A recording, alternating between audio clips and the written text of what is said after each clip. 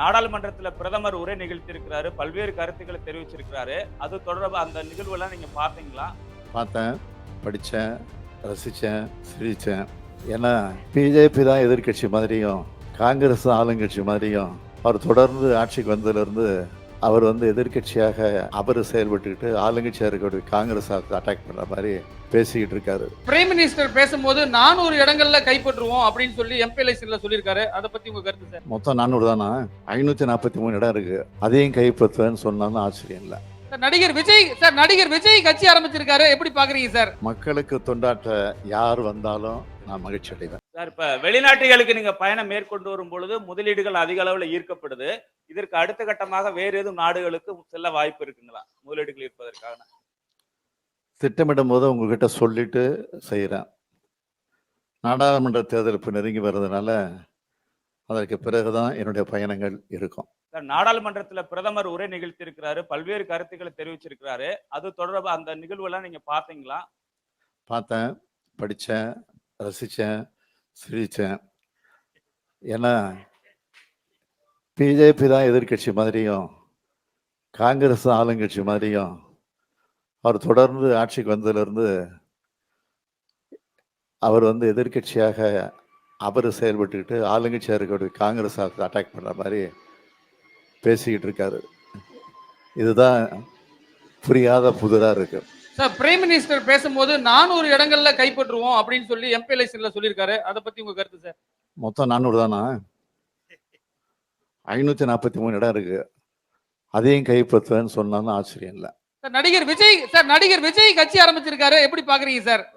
புது அரசியலுக்கு வந்திருக்காரு. மக்களுக்கு தொண்டாற்ற யார் வந்தாலும் நான் மகிழ்ச்சி அடைவேன். அரசு முறை பயணமாக ஸ்பெயின் நாட்டுக்கு கடந்த ஜனவரி 29ஆம் தேதி போனேன்.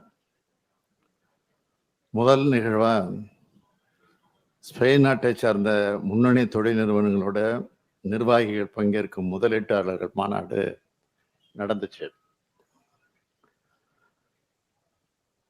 அதுக்கு ஸ்பெயின் நாட்டில் இருக்கிற பல்வேறு தொழில்துறை குழும நிர்வாகிகள் எல்லாம் வந்திருந்தாங்க. ஸ்பெயின் நாட்டின் பொருளாதாரம் மற்றும் வர்த்தகத்துறை அமைச்சக அதிகாரிகள், ஸ்பெயின் தொழில் கூட்டமைப்பு பொறுப்பாளர்கள், இன்வெஸ்ட் ஸ்பெயின் என்ற அமைப்பை சார்ந்தவங்களை சந்திச்சேன். தமிழ்நாட்டில் தொழில் தொடங்குறதுக்கு இருக்கக்கூடிய உகந்த சூழல் பற்றி அங்கே எடுத்து சொல்லி நம்ம மாநிலத்தில் முதலீடுகளை மேற்கொள்ளணும்னு நான் வலியுறுத்தினேன்.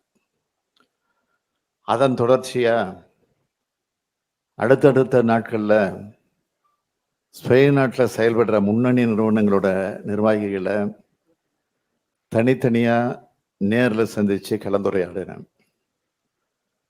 தமிழ்நாட்டில் முதலீடு செய்யணும்னு அவங்கள கேட்டுக்கிட்டேன். சில முக்கிய நிறுவனங்களோட பெயர்களை இங்கே பதிவு செய்ய விரும்புகிறேன்.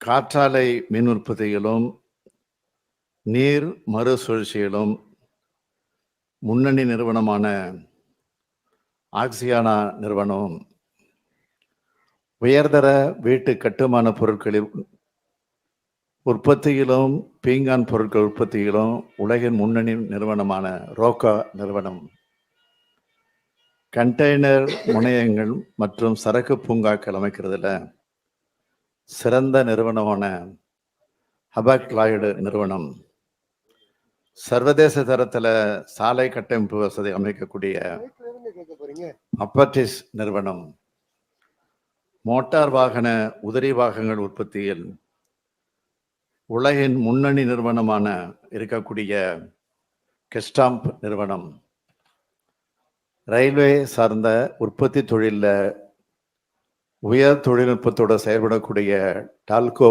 நிறுவனம், பொறியியல் வடிவமைப்பு மற்றும் பொறியியல் கல்வித்திறன் பயிற்சிக்கான நவீன கருவிகளை உற்பத்தி செய்கிற எடிவான் நிறுவனம், உயரியல் ஆராய்ச்சி மற்றும் மருந்து உற்பத்தி நிறுவனமான மேப்ட்ரி நிறுவனம் ஆகிய நிறுவனங்களோடு நிர்வாகிகளை எல்லாம் நான் சந்தித்தேன். இந்த நிறுவனங்களோட நிர்வாகிகள் எல்லோரும் தங்களோட தொழில் திட்டங்களை விளக்கியும் தமிழ்நாட்டில் தொழில் முதலீடுகளை மேற்கொள்வதற்கு தங்களோட ஆர்வத்தையும் தெரிவிச்சிருக்கிறாங்க.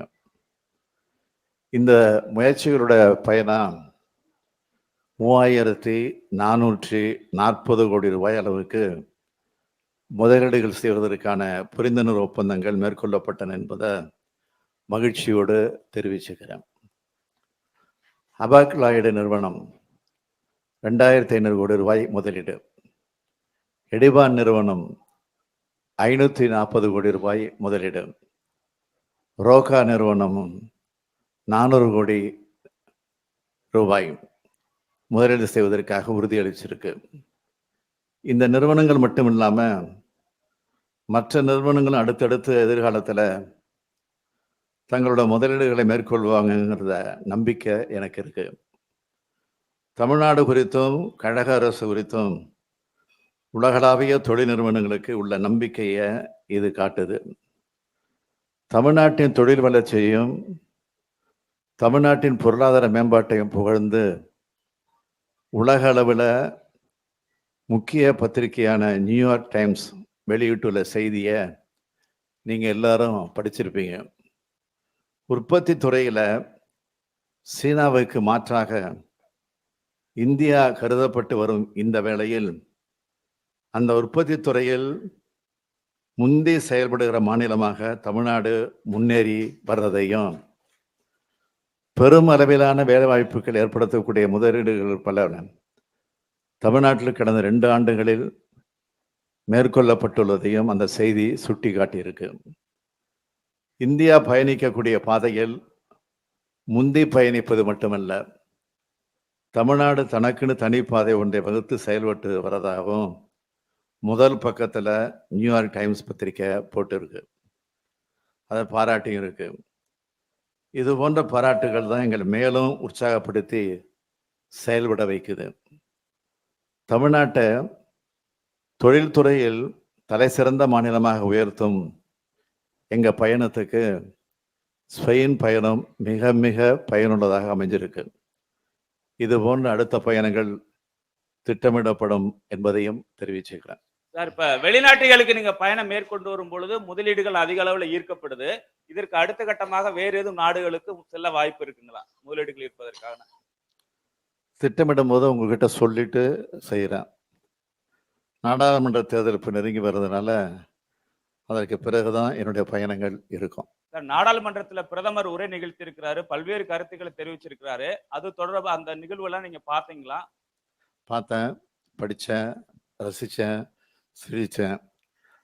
ஏன்னா பிஜேபி தான் எதிர்கட்சி மாதிரியும் காங்கிரஸ் ஆளுங்கட்சி மாதிரியும் அவர் தொடர்ந்து ஆட்சிக்கு வந்ததுலேருந்து அவர் எதிர்கட்சியாக அவர் செயல்பட்டுக்கிட்டு ஆளுங்கட்சியாக இருக்கக்கூடிய காங்கிரஸ் அட்டாக் பண்ணுற மாதிரி பேசிக்கிட்டு இருக்காரு. இதுதான் புரியாத புதிராக இருக்கு. சார், பிரைம் மினிஸ்டர் பேசும்போது 400 இடங்கள்ல கைப்பற்றுவோம் அப்படின்னு சொல்லி எம்பி எலெக்ஷன்ல சொல்லியிருக்காரு. அதை பத்தி உங்க கருத்து சார்? மொத்தம் 400 தானா? 543 இடம் இருக்கு.